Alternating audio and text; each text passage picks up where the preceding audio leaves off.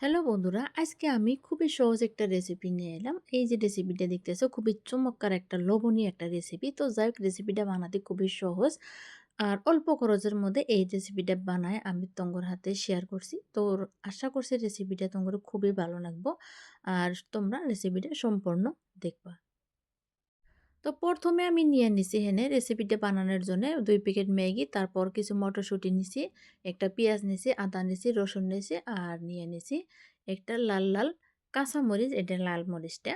তো যাই হোক, আরও উপাদান আছে কিন্তু আমি এখানে যে কটা মেন উপাদান ওই কটাই দেখাইলাম।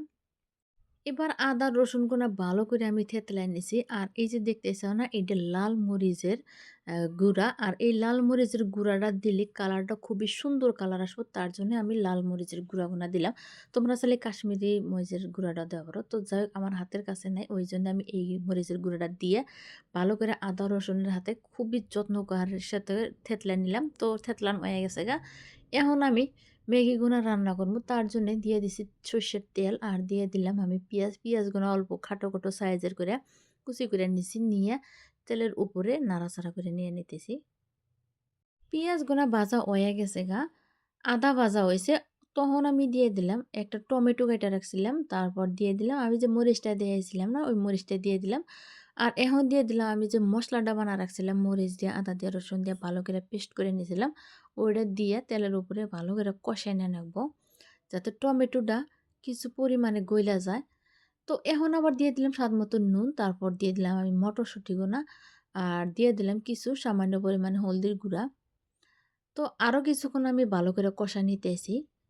তো টমেটোটা ভালো করে কষানো হয়ে গেছে গা, এই যে দেখতেছো টমেটোটা গইলে গেছে গা। এই সবজিটা কিন্তু এমনিতেও খাওয়া যাব, খুবই সুন্দর একটা সবজি হয়েছে, লোভনীয় খাবার। তো এখন দিয়ে দিলাম আমি পর্যাপ্ত পরিমাণে পানি। যে পরিমাণে পানি লাগবো ২টা ম্যাগির প্যাকেট রাঁধতে, ঠিক ওই পরিমাণ অনুযায়ী আমি পানি দিয়ে দিলাম। তো পানির পরিমাণটা আমি কম দিছি এখানে। তার এখন দিয়ে দিলাম আমি ম্যাগি, ১ প্যাকেট ম্যাগি ছাইড়া দিলাম। তো আমি আরও ১ প্যাকেট এখানে দিয়ে দিলাম, এই যে ২ প্যাকেটই দিয়ে দিলাম। তো ২ প্যাকেট ম্যাগিতে অনেকগুলাই ম্যাগি হয়ে যাবো গা। আর পানির পরিমাণটা দেখো খুবই কম দিছি, কারণ বেশি সেদ্ধ হইলে গুইলা যাবো, বের হয়ে যাবো, খাতে স্বাদ লাগবে না তার জন্যে। আর এখন ছিটিয়ে দিলাম উপর দিয়ে ধনিয়ার পাতা। ধনিয়ার পাতাগুলো আমি কুচি কুচি করে রাখছিলাম। তো বন্ধুরা, আরও একটা কথা কই, তোমরা যদি আমার এই রেসিপিটা ইউটিউবে থেকে দেখে থাকো তাহলে একটা সাবস্ক্রাইব করে দিও, আর যদি ফেসবুকে থেকে দেখে থাকো তাহলে ফলো করে দিও।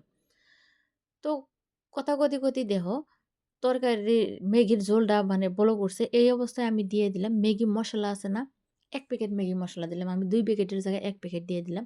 যেহেতু আমি অনেক মসলা এনে ব্যবহার করছি, তার জন্য ১ প্যাকেটই যথেষ্ট। দিয়ে আরও ভালো করে নাড়াচাড়া করে নিতেছি।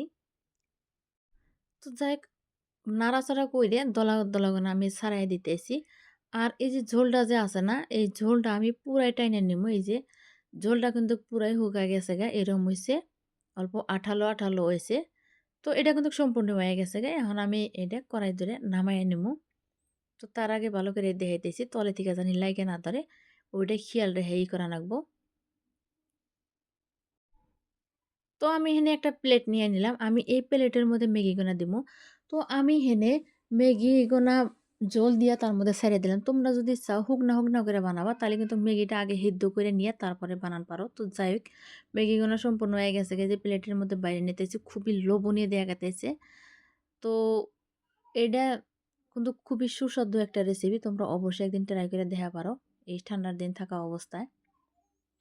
আমি এখানে মটরশুঁটি দিছি, তোমরা মটরশুঁটির বদলে চিকেন দেওয়া পারো।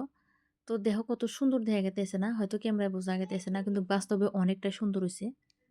তো বন্ধুরা, আমার রেসিপিটা আজকে এখানেই শেষ। যদি আমার এই রেসিপিটা তোমাদের ভালো লাগে, লাইক শেয়ার কমেন্ট করে দিও। তো আজকের মতো বিদায় নিতেছি, আবার আসবো কোনো নতুন রেসিপি নিয়ে। তত টাইম তোমরা সুস্থ থেকো, ভালো থেকো, আমার পাশে থেকো। আর এরকম করে রেসিপি বানায় খায়া অবশ্যই আমাকে কমেন্টের মধ্যে জানাও। তো আমি খুবই খুশি হমু।